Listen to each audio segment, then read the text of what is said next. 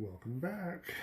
So we now have a couple of application problems looking at our compound interest and our simple interest.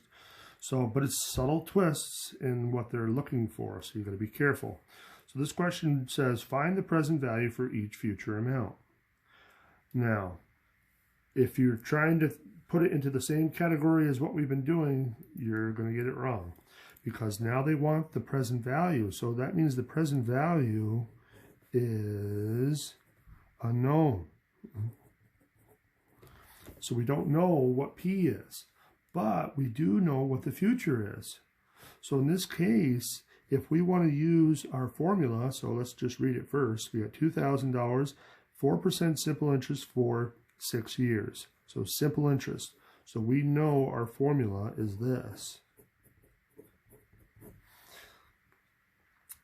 But what we have as far as variables, so $2,000 isn't P.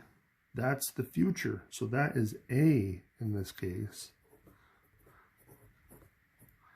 Everything else we do know. We have the interest rate, which is 4%. And we have the time, which is 6 years.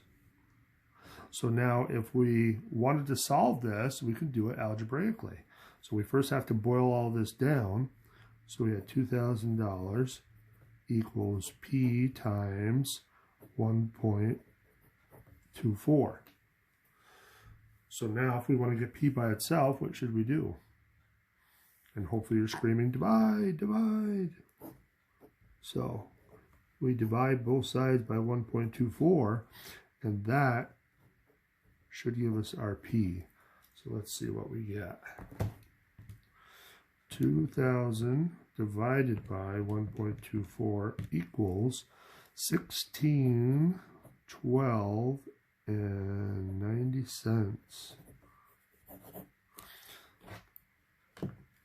So not terrible. Now sometimes you're going to get some yucky decimals in here. We're going to see that we're going to get a yucky decimal in the next one, especially because we're compounding it.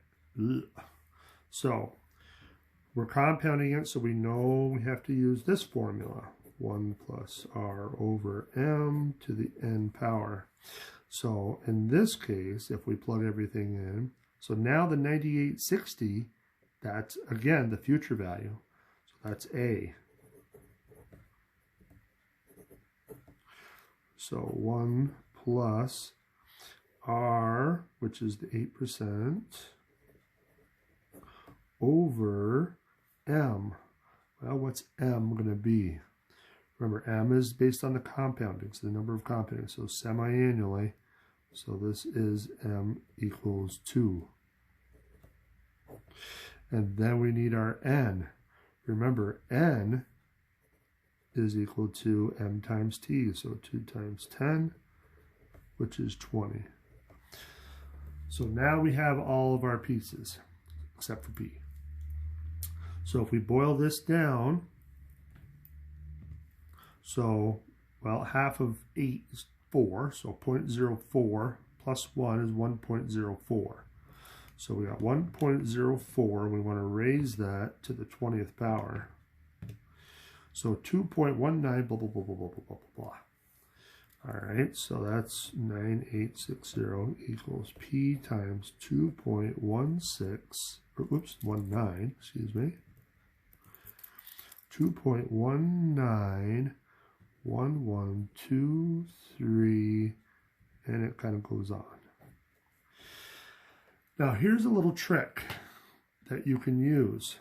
Since you have that number in your calculator and you don't want to lose it, we want to try to somehow keep it. But the problem is that we have to divide both sides by that decimal. So really, you want to put the 9860 in first and then divide by that. So how can we do that without losing what we got in the calculator and having to have to retype it all? Well, there's a button on your calculator that is pretty nice.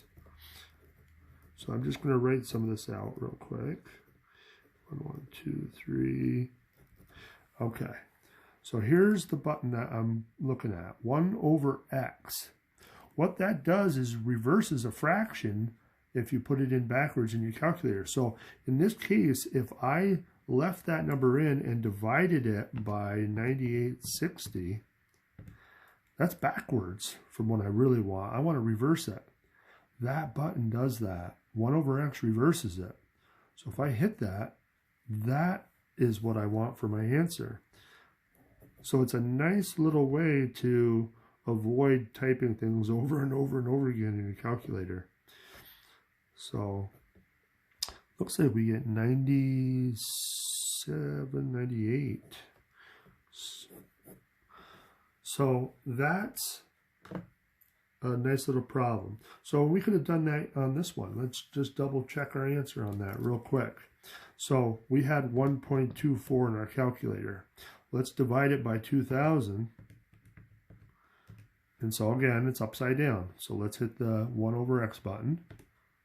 And there's our 16, 12, 90. So it is a very nice option that you can use. So that kind of wraps up compound interest done a specific number of times. There's still another type of compound interest that we're going to look at, and I think I'm going to save it for the next video. So we'll stop there and we'll see you in a minute.